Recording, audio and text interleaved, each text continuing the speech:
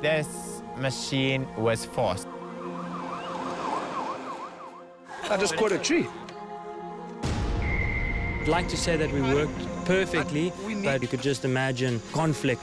Just calm down, dude. Come on, guys, come on, hold it, hold it, hold it! The Photonis Ultimate Forces Challenge, an annual extreme endurance competition for athletes from across the globe. On the Indonesian island of Bali, 42 elite athletes push the limits of teamwork, tactics, and pure physical strength to prove who's the fittest of them all. On this last challenge, the teams found themselves fight their way up and down a waterfall. And not just any waterfall. A 35-metre monster. Super hard challenge. Hardest one so far. The stakes were high, with Canada and Australia battling the clock and each other to secure a place in our final. It's a scramble. The points are really close. It's a fight for fourth, third and second. But unlike previous challenges, there's no way the athletes can avoid the most difficult pitfalls. They have to attack them head-on. Both the Australians and Canadians turned in remarkable performances, but it was the Aussies who walked away victorious. In fact, the Aussies leapfrogged Team Belgium for second place in the overall standings, behind Team South Africa. And even though they're pleased with their performance and finished the day with their heads held high, the Canadians now must immediately pack their bags and fly home. I couldn't have gone any faster. I did everything that I could to win this competition, so losing in that fashion to better people is the way to do it. So we went out on a high. We continue with the 3 remaining teams. And although nobody goes home today, that doesn't mean they don't have to push themselves to the absolute maximum. Today's challenge consists of 2 separate races. The first part will take place on the beach. As always, the Belgians win first prize for looking at the bright side of life. I feel good. Still with 6, so that's good. Things aren't so rosy for Team Australia, where Wayne inexplicably injured his leg while hanging around the base camp. I had a bit of a stack, didn't think much of it, but I've banged my leg and I don't know what's happened, but it's swollen up like a bastard. Look, a bit of a golf ball sticking out of my leg. Wayne's teammates look on helpless as their reliable strongman is carried off on a stretcher. We think it's like a hematoma, but he'll go and get it looked at. You probably don't want to pop it in this environment, but it needs to be relieved. So they'll go and have a look at it in hospital in a more sterile environment and go from there. So a bit sad that we're team member Dan at the moment, but we'll see what lies ahead. And we've still got Adam injured with the hamstring, so the retirement village is starting to hurt. Yeah. Fortunately for the ever-optimistic Aussies, the first challenge of the day is an individual relay race. This means someone can double down and take Wayne's place. For the first challenge, our athletes will compete head-to-head, using more than muscles alone. We're going to be on some bikes, and not just any bike. These bikes have got it battery powered and they look pretty cool. They look like some funky assault machine. To the average person, a bicycle doesn't incite much of an adrenaline rush, but hidden underneath the hood of these military-grade e-bikes is a 4-kilowatt battery. That can propel these vehicles to up to 100 kilometers an hour.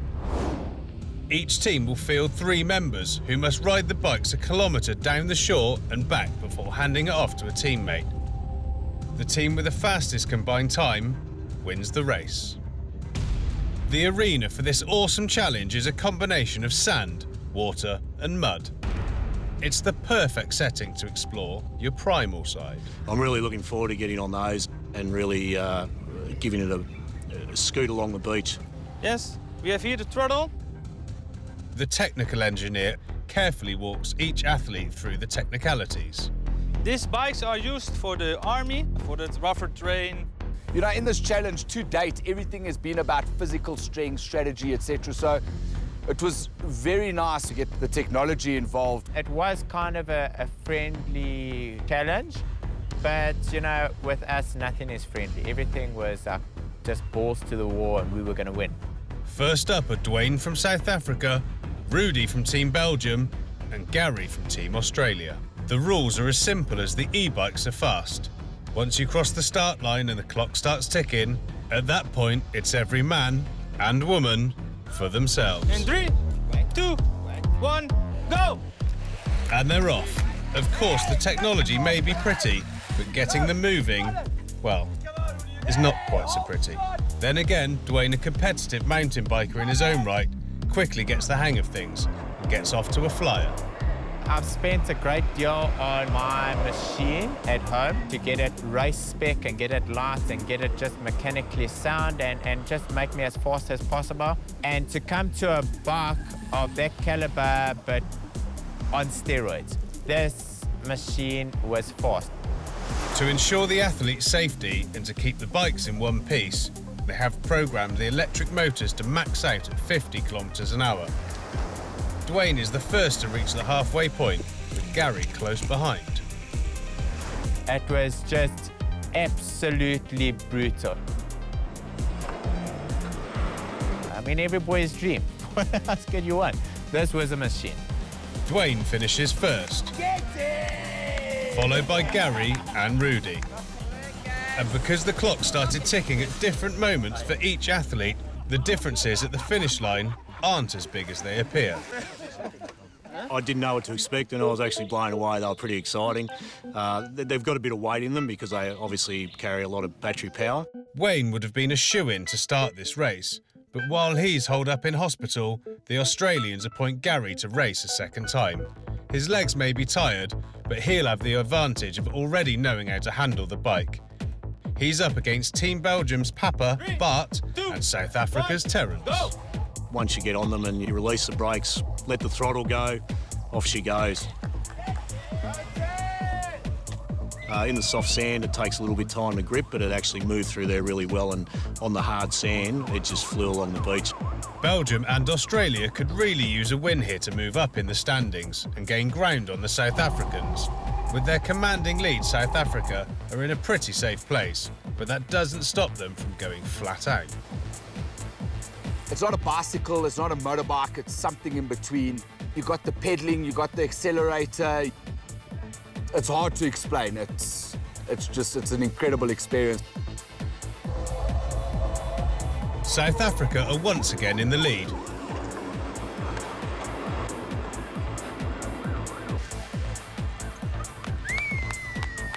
Gary finishes the second leg last, but not all is lost. The winning team must have the fastest combined time.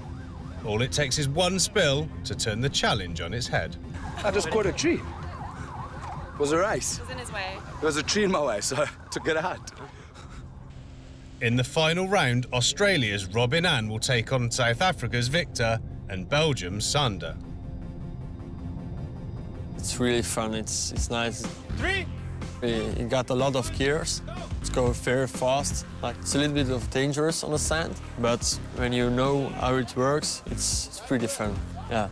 While the boys race off, Robin Ann seems less than eager to begin. Sander seems completely at ease, cruising 50 kilometers an hour down the beach and charging towards the halfway point. It's pretty strong, but it's heavy, but you got a lot of power in it. It's going then, it's going. Even though none of the athletes have ever ridden a bike quite like this, they catch on quickly. Sander in particular seems to be enjoying his ride, but Victor is in hot pursuit. Robin Ann is clearly struggling with her bike. Sander finishes a strong first, with Victor a full 10 seconds behind him. Knowing defeat when she sees it, Robin Ann plays the last few meters safe by jogging her bike across the line. I'm not happy. That's not what I was expecting, but it's UFC. And the UFC can be ruthless when it hands out the points. Team Australia can expect no sympathy from the clock. Third place is Australia. Unsurprisingly, the Aussies finished last, but remain optimistic as ever. Riding the bikes today, had a blast. It was a heap of fun. The winner's average score of 1 minute and 20 seconds, South Africa. We owned it. We absolutely owned this competition, and I mean, it's only just recently come out and we had read about this, you know, and to actually get the opportunity to ride it. I mean, they were phenomenal. I mean, it was just amazing, absolutely amazing. While the Belgians finished just 4 seconds behind the South Africans, second is still second. After today's first challenge, South Africa continue to sit atop the standings, followed by Belgium and Australia. But if there are any athletes who think they can spend the day reliving the adrenaline rush from the e-bikes, they're in for a big surprise. The day may be over, but here comes the night.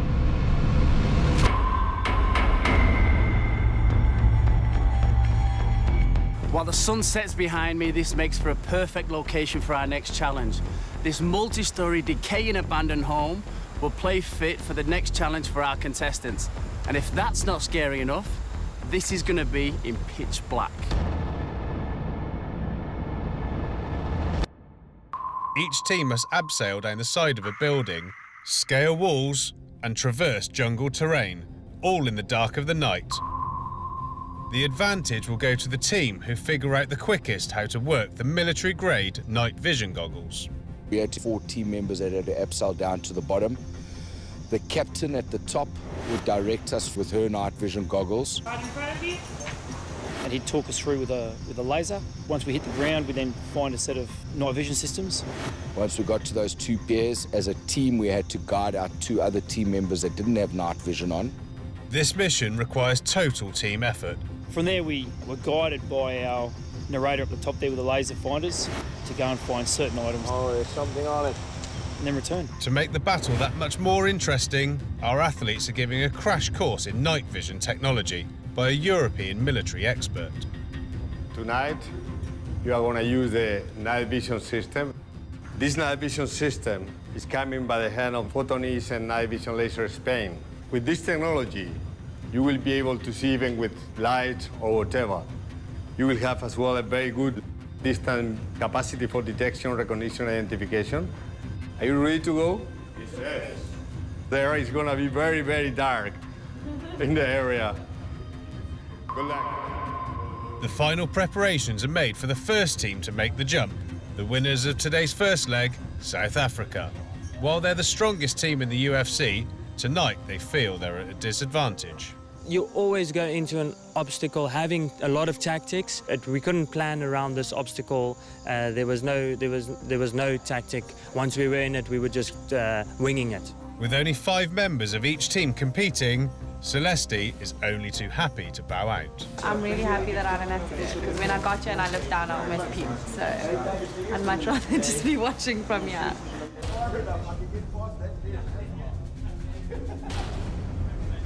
And there they go. Celeste may be biting her nails, but Dwayne and Terence seem to have reached a whole new level of happiness.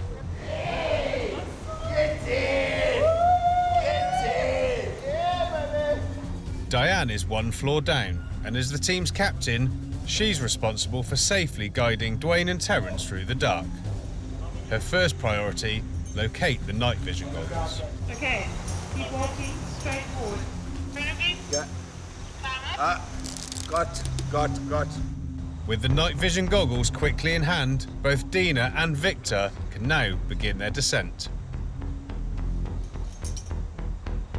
With the mishap on the waterfall still fresh in her mind, Dina plays it safe with her descent. In the meantime, the boys get acquainted with their night vision goggles. I've never worn night vision goggles before, so it was a very new experience for me. The difference it makes is absolutely incredible. It literally makes the nighttime look like daytime. You can see everything, you can see exactly where you're going, you've got good depth perception. With Dwayne and Terence playing with their new toys, Victor makes his way to the meeting point. Once there, he and Dina will be blind in the dark and have to rely on Dwayne and Terence to guide them safely through the forest. That's when you realise how good those goggles actually work, is when the guys behind you are falling all over the place and you're just walking 100%. The 2 objects they are searching for are hidden deep in the jungle. Without the help of spotter Diane, they have absolutely no chance of finding them. Once in the jungle, however, things quickly get ugly.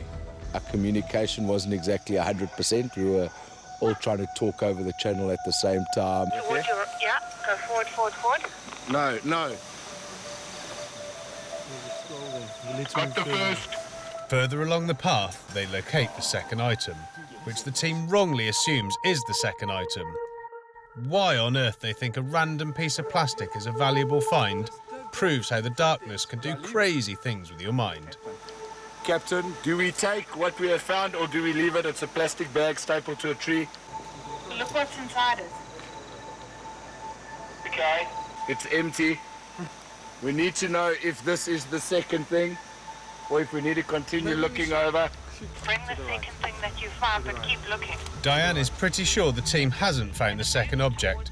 My right. Go forward, forward, forward. No, no. But poor communication and some stubbornness result in the ground team completely ignoring the orders. I'd like to say that we worked perfectly, but if a male gets to wear the goggles and the lady can't see anything, you could just imagine some conflict. It's going to be automatic. And maybe looking back, the lady should have worn the goggles for a bit more security, and then there would have been a whole lot more talking. Have you got 2 items? No, we've got one. No, we've got 2. The one's right, the other one's a plastic bag. Finding a plastic bag isn't their objective, but Terence, usually so sure of himself, seems overcome by doubt. Press the button, wait a second. We just sort of made the most of it. Beg your pardon? We need... Because the communication between the ground team and their captain is only getting worse, the athletes decide to head to the finish line to save time. But because they only found one of the 2 objects, they receive a 2-minute penalty. I'd have to say of all the challenges, this was probably the one I think we've done the worst in. I suppose it is what it is. The Australians are up next. Wayne will play the role of team captain and spotter, while Adam and Gary abseil down the building to retrieve the goggles. So we were taken down into the forest and it was very, very dark. There doesn't seem to be any moon out tonight. Wayne, putting his team first, checks out of the hospital to rejoin the competition. What a cracker. By appointing himself the role of spotter, he can still effectively lead his team. I was the captain or spotter up top, so basically guiding the sailors. The Aussies begin their descent, knowing they have an opportunity to gain some much-needed time on the South Africans. As team captain, Wayne is completely in his element. Night vision goggles are over there, boys. Loved it, yeah. The tree was about 150 to 200 metres out, and it was great to be able to see that far in the dark with the night vision goggles. They worked a treat. With his hawk eyes, Wayne helps Adam and Gary locate the goggles. I can see that clearly. Put on the night vision goggles and immediately could see everything. Meanwhile, the second group, consisting of Robin Ann and Victoria, have begun abseiling down the structure and quickly catch up with the first group. They enter the challenge's second stage, which requires scaling a wall and locating 2 hidden items. Hopefully they've learned from the South Africans that not every object is a valuable find. I could see the wall that looked about 2 metres high. They had to get over that first, then they had to drop down into a bit of a ditch and climb up out of that. You could see every tree and every rock that was out there for about 150 to 200 metres. It was very clear. All right, follow the laser pointer out. Great to be able to show people where to go with a laser pointer. Under Wayne's laser guidance, the Australians pinpoint the first item without too much trouble. Hey, Adam. Yeah, mate? We've got a hit, mate. 1 down, 1 to go. The team stick close together and make good time. Calm and collected, they navigate the trees and bushes. Yep, we have 2 X's. Almost by accident, Adam and Robin Ann stumble upon the second item. You know, Team Australia were pretty calm. We listened to the briefs. We were safe. I've experienced those before. So, yeah, it was a good challenge. With the help of their goggles, the Aussies rush back to the finish line, certain they have won up the South Africans in this challenge. They cross the line without a single time penalty. In the meantime, the Belgians are on top of the roof, pumped up and ready to go. We can win this thing as a team. We are strong in this. The Belgians have two things going for them. As a team, they excelled in the previous night challenge, and they have a knack with the ropes. Despite these advantages, nothing has prepared them for abseiling down an abandoned building in the middle of the night. It's quite a high building. It was 4 stories high, and it was dark, really dark. While Bart and Sander confidently glide down the side of the building, Rudy has taken up the position of spotter. Rudy, where are the goggles? In the dark, you see 1 meter, 2 meter. With the goggles, you see very far. That's a nice thing. Oh yeah, that is fun. Okay. As soon as the ground crew find their goggles, Anka and Bianca start their descent. The 2 girls came and they didn't have the goggles, so we had to help them with everything and set them in the way and take them by the hands. Bianca, here is an iron thing here. The Belgians are proving once again to be a well-oiled machine, especially compared to the previous teams. But in the dark of the night, even the most coordinated teams are susceptible to minor inconveniences. Well, there was one girl ripped her pants, so it was a little bit of a striptease. From his tower, Rudy spots a different piece of cloth. Not Anka's shorts, but the first hidden item. Left, Sander. My left side. Following the laser, Sander and Anka quickly move to recover the package. I see it. Almost simultaneously, Bart finds the second item all on his own. We find it and I have it. I think quite quick. Yes. We're coming back. Rudy, we are coming back. We have the object. Okay. It was really exciting. We did it quite well, I think. The time was good. We did it. Say thanks to Rudy. Nice work, Rudy. Team Belgium does itself a big favour by performing well here. I'm quite happy with this. I think it worked out very well. We had a good time. Clearly the strongest team players in the competition, the Belgians walk away winners.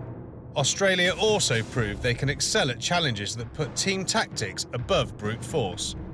South Africa hampered by terrible communication and a 2-minute time penalty come last. Despite their loss, South Africa remain the team to beat. They can permit themselves a few mistakes. The Belgians and Australians, however, cannot. The two teams are caught up in a head-to-head battle for second spot, and with the Photonis Ultimate Forces Challenge on the line, the time for holding back has gone. It's been a fantastic experience in a competition that's been fierce and hotly contested all along. 7 teams from all around the world have been pushed to their absolute limits. Got pulled under, and that made me panic even more. I just didn't want to go down. This is the road to the Photonis Ultimate Forces Challenge Final. When the weight touched the ground, I knew it's not good. That's the moment we thought, okay, it's not going to be good for us.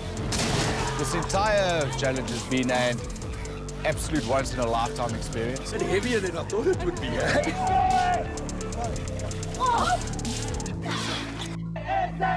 It's really, it's life-changing. 3 teams left, and it's been one hell of a journey reaching the top. They will continue their quest, and they'll be facing more exhilarating challenges.